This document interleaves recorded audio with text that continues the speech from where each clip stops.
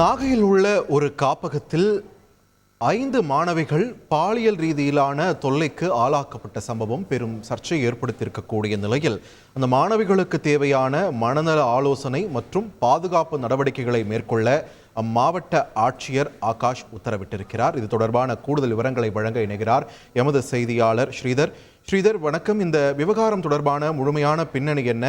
இது சம்பந்தமா ஆட்சியர் என்னென்ன உத்தரவுகளை பிறப்பிச்சிருக்கார்? விரிவா பதிவு பண்ணுங்க.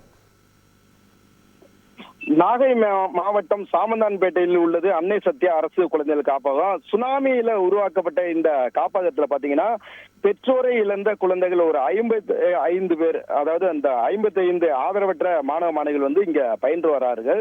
இவர்களுக்கு அந்த இங்க பயிலும் அந்த பெண் மாணவ மாணவிகளுக்கு மனநல ஆலோசனை வழங்கப்பட்டு வருகிறது.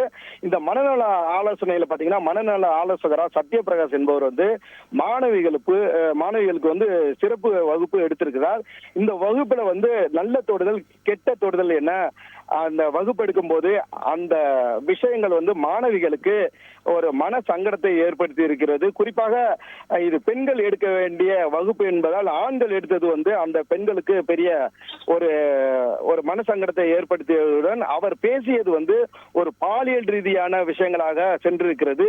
எனவே இது குறித்து அங்கு பயிலும் மாணவ மாணவிகள் 5 பேர் அந்த விடுதி காப்பாளர் சசிகலாவிடம் புகார் தெரிவித்திருக்கின்றனர். அதனைத் தொடர்ந்து இந்த புகார் தொடர்பாக நாகப்பட்டினத்தில் உள்ள அனைத்து மகளிர் காவல் நிலையத்தில் புகார் அளிக்கப்பட்டு ஆய்வாளர் வேம்பரிசி அந்த காப்பகத்திற்கு சென்று விசாரணை நடத்தினார். அந்த விசாரணையில் 5 மாணவிகள் புகார் அளித்ததை தொடர்ந்து தற்போது இந்த மனநல ஆலோசகராக பணியாற்றிய சத்யபிரகாஷ் போக்சோ சட்டத்தின் கீழ் கைது செய்யப்பட்டு தற்போது சிறையில் அடைக்கப்பட்டிருக்கிறார். இந்த சம்பவம் நாகையில ஒரு பெரிய பரபரப்பை ஏற்படுத்தி இருந்தது. இதனிடையே இந்த காப்பகத்தில் உள்ள மாணவ மாணவிகளுக்கு பாதுகாப்பும் அந்த மாணவிகள் மனநிலையும் சீராக இயங்க வேண்டும் என்பதற்காக நாகை மாவட்ட ஆட்சியர் தற்போது ஒரு உத்தரவை பிறப்பித்திருக்கிறார்.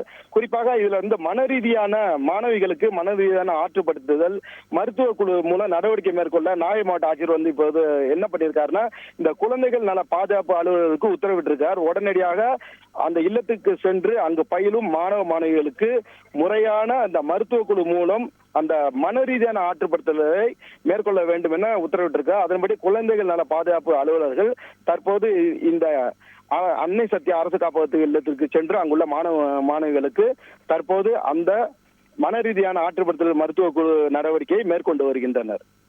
நன்றி ஸ்ரீதர், உங்கள் விரிவான தகவல்களுக்கு. செய்திகளை உடனுக்குடன் தெரிந்து கொள்ள உடனே சப்ஸ்கிரைப் பண்ணுங்க.